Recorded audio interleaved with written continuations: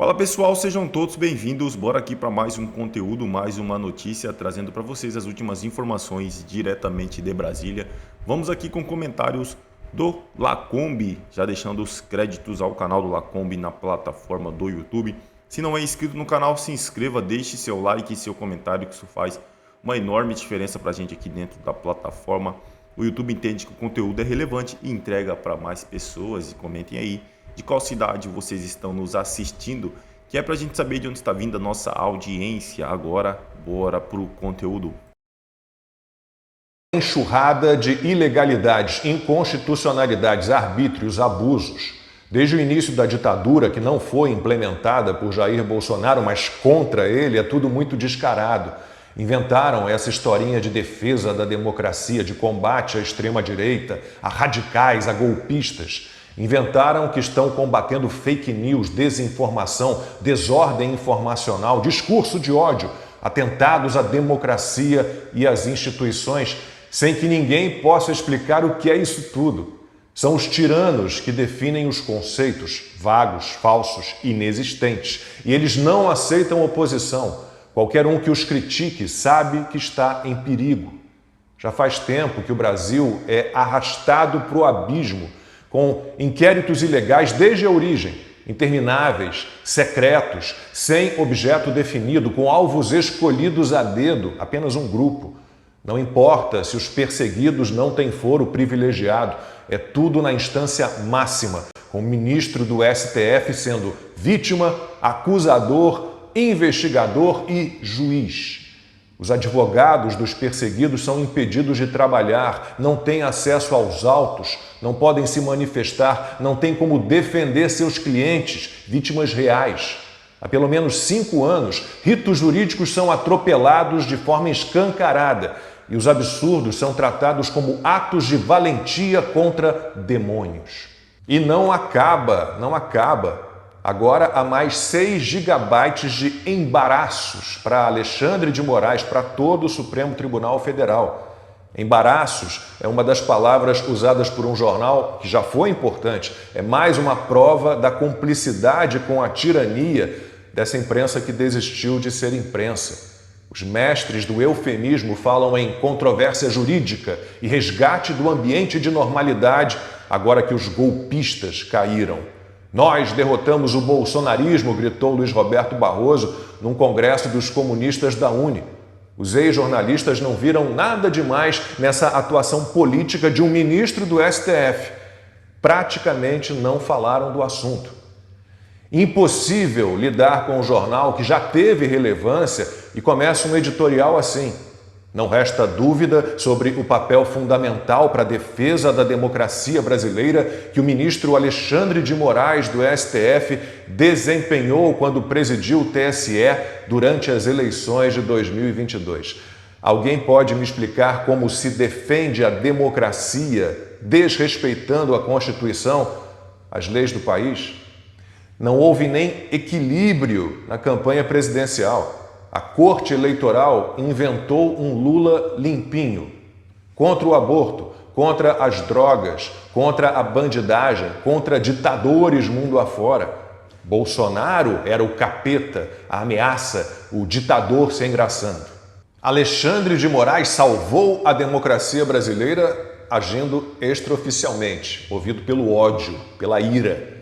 A imprensa velhaca chama esses movimentos de heterodoxia procedimental, atitudes esquisitas, tentando abrandar o que é gravíssimo, imperdoável. Repressão total, censura, bloqueio de contas bancárias, quebra de sigilos, cancelamento de passaportes, multas exorbitantes, prisão. Não importa se é período eleitoral ou não. Quem tomou o poder decide o que é legal e o que é ilegal. Isenção e neutralidade foram extintas. Proteste contra isso, lute pelo que é certo e o preço a pagar pode ser alto. Quando Alexandre de Moraes cisma, nada o detém. Quando ele cisma, vale tudo, até dedo nos olhos, mordida e puxão de cabelo. Quem precisa de regras de atuação dentro das leis? Um segurança particular do ministro pode fazer um pedido informal para que o TSE acesse dados sigilosos da Polícia de São Paulo. São permitidas manobras para disfarçar a origem das demandas. Tudo para produzir relatórios do jeitinho que o ministro do STF quer. Falsidades documentais, provas criadas, desavergonhadamente defendidas por aqueles que se declaram heróis. Os assessores de Moraes, reservadamente entre eles, claro, assumem o constrangimento por forjar relatórios e usar a criatividade para perseguir quem Alexandre de Moraes aponta. E a imprensa fajuta agora fala em debate jurídico salutar, para botar tudo no devido lugar. Num país com o debate interditado, com tiranos impondo a todos aquilo que consideram a verdade, é preciso ser muito trouxa, ou desonesto, ou omisso, ou cúmplice dos horrores para insistir nessa historinha. É preciso resgatar a postura de comedimento do judiciário, resgatar o clima de normalidade no país. Os canalhas dizem que não há mais ameaça alguma. Eles ignoram as leis quando lhes interessa e querem que as leis sejam cumpridas quando acham que é hora. A imprensa que restou nunca tolerou o Supremo metido em política, tomando decisões políticas, por razões políticas e com objetivos políticos. Na presidência, Bolsonaro teve no STF seu maior adversário, aquele que fez de tudo para impedi-lo de governar. Nunca um presidente encontrou tantas barreiras ilícitas impostas pelo judiciário e a imprensa ordinária ficou do lado errado, fingindo que o inaceitável é para o nosso bem. Igualzinho ao Rodrigo Pacheco, que nunca enfrentou os desmandos do Supremo e está, de novo e principalmente nas mãos do presidente do Senado, defender o Brasil de verdade. Depois, Pacheco deveria realmente se retirar da vida pública e passar o resto de seus dias em penitência, esperando a remissão de seus pecados.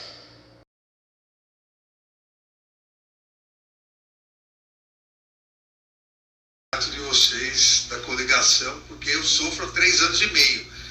Ele sofre agora nesse período eleitoral.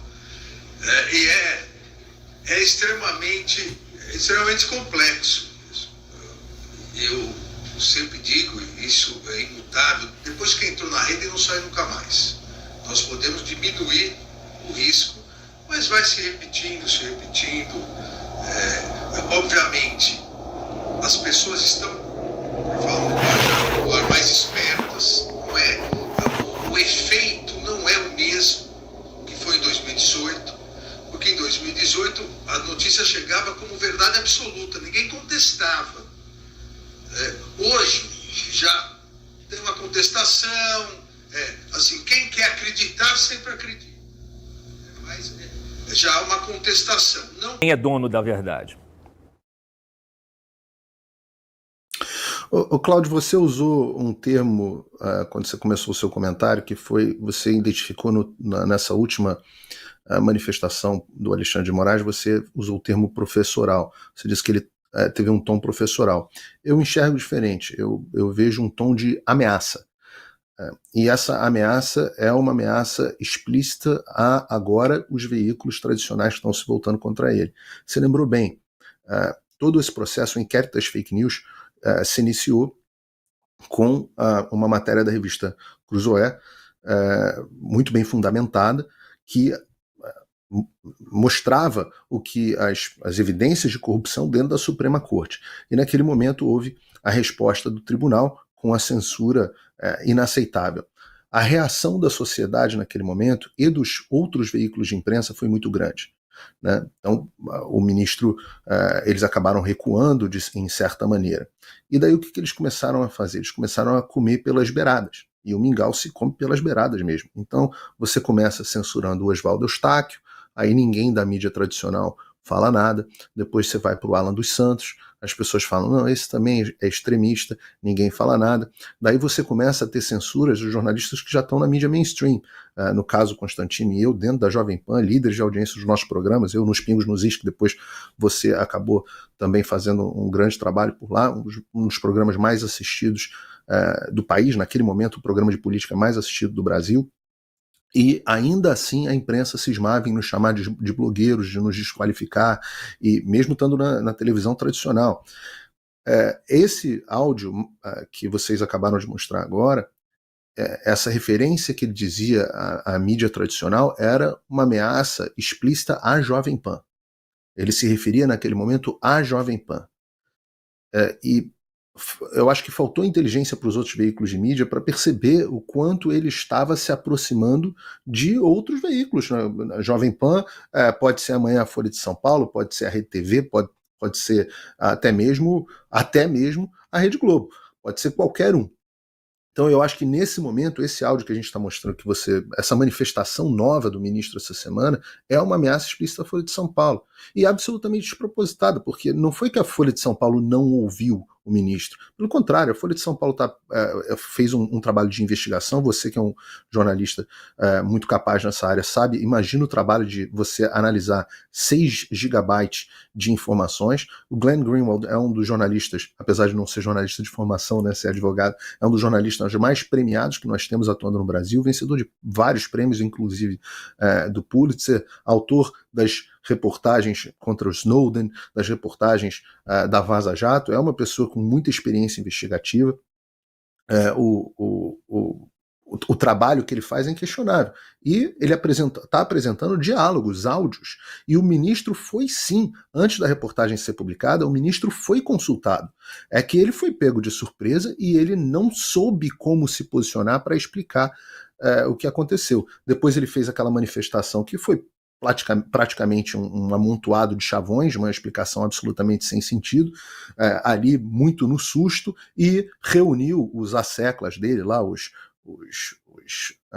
cúmplices dele no Supremo Tribunal Federal para fazer aquela manifestação totalmente fora de propósito dentro da sessão do Supremo Tribunal Federal, que está caindo por terra, porque as novas reportagens vão desmentindo aos poucos as próprias respostas e as justificativas que eles vão dando. Então não é que não tenha havido a devida apuração, não é que não tenha havido a devida checagem, é que as notícias simplesmente desfavorecem o ministro. E o ministro está ameaçando, olha, qualquer notícia que vier que eu entenda no alto da minha autoridade, que são falsas, e ele chama o Rodrigo Constantino de pseudojornalista, uma pessoa que já passou por Época, Globo, Valor Econômico, Veja, Rede TV, Jovem Pan, Gazeta do Povo, Oeste, já passou por... é um pseudojornalista. Então ele começa a ser, como você disse, a pessoa que traça a linha do que é o verdadeiro jornalismo, ou do jornalismo autorizado e do jornalismo desautorizado. E essa ameaça que ele está fazendo é uma ameaça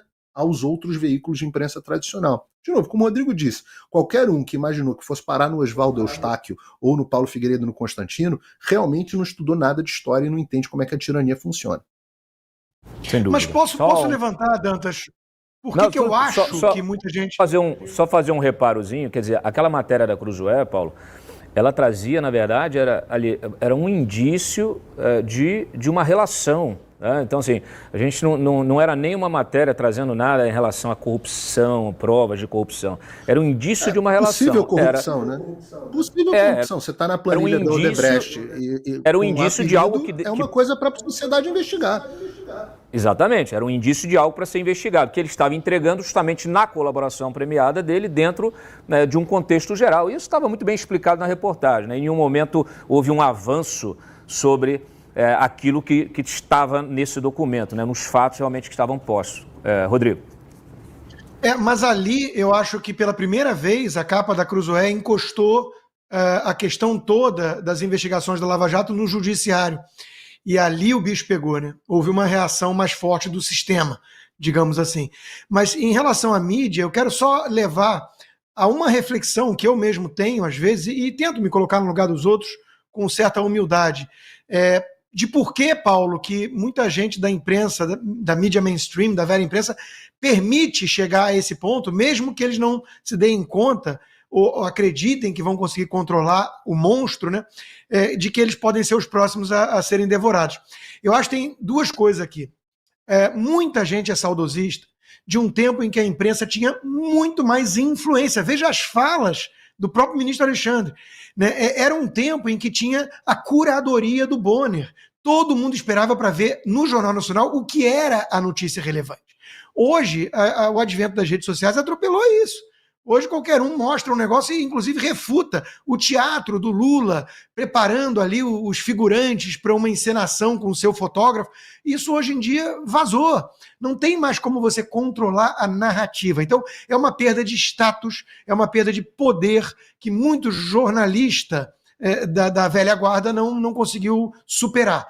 E tem uma questão mercadológica. O negócio da imprensa está difícil, por conta das tecnologias e um monte de coisa. Então, o prestigiado Washington Post foi vendido para o Jeff Bezos, o New York Times, o Carlos Slim teve que salvar, um oligarca mexicano. Então, no Brasil, muita gente está ligada ao cordão umbilical da SECOM, do governo, né? É isso aí, pessoal, e vamos aqui para mais uma notícia. STF, PGR, PT e governo Lula se unem em apoio a Moraes após revelação de mensagens. Uma coisa que não é novidade, né, pessoal? A aproximação ocorre em meio a uma série de pressões feitas por alas da oposição no Congresso Nacional. Ministro do Supremo Tribunal Federal, o Procurador-Geral da República e integrantes do Senado, do governo Lula e do PT manifestaram apoio ao ministro Alexandre de Moraes após as publicações de uma reportagem pela Folha de São Paulo. A reportagem revelou que o gabinete de Moraes teria utilizado mensagens não oficiais para ordenar à Justiça Eleitoral a produção de relatórios que embasaram decisões do ministro contra bolsonaristas no inquérito das fake news em tramitação no STF. Entre os que saíram em defesa de Moraes estão o presidente do STF, Barroso, o ministro Gilmar Mendes, o procurador-geral da República, Paulo Gonet, e o vice-presidente Geraldo Alckmin, e a presidente nacional do PT, deputada Gleisi Hoffmann. As manifestações de apoio ocorreram enquanto parlamentares da oposição ao governo Lula anunciaram um novo pedido de impeachment contra Moraes, motivados pelas revelações da Folha. Os diálogos revelados pela Folha indicam que o setor de combate à desinformação do Tribunal Superior Eleitoral, presidido à época por Moraes, teria sido utilizado como um braço investigativo de seu gabinete no Supremo. As mensagens mostram um fluxo fora do rito envolvendo o TSE e o STF, com o órgão de combate à desinformação do TSE sendo usado para investigar e fornecer subsídios para o inquérito em curso no STF relacionados ou não à eleição de 2022. As mensagens também revelam que, em alguns casos, Moraes expressou frustrações com a demora do cumprimento de suas ordens, o que gerou tensão entre seus assessores. É isso aí, pessoal. Agradeço a vocês pela companhia. Se não é inscrito no canal, se inscreva, deixe seu like e seu comentário, que isso faz uma enorme diferença. Desde já agradeço. Valeu!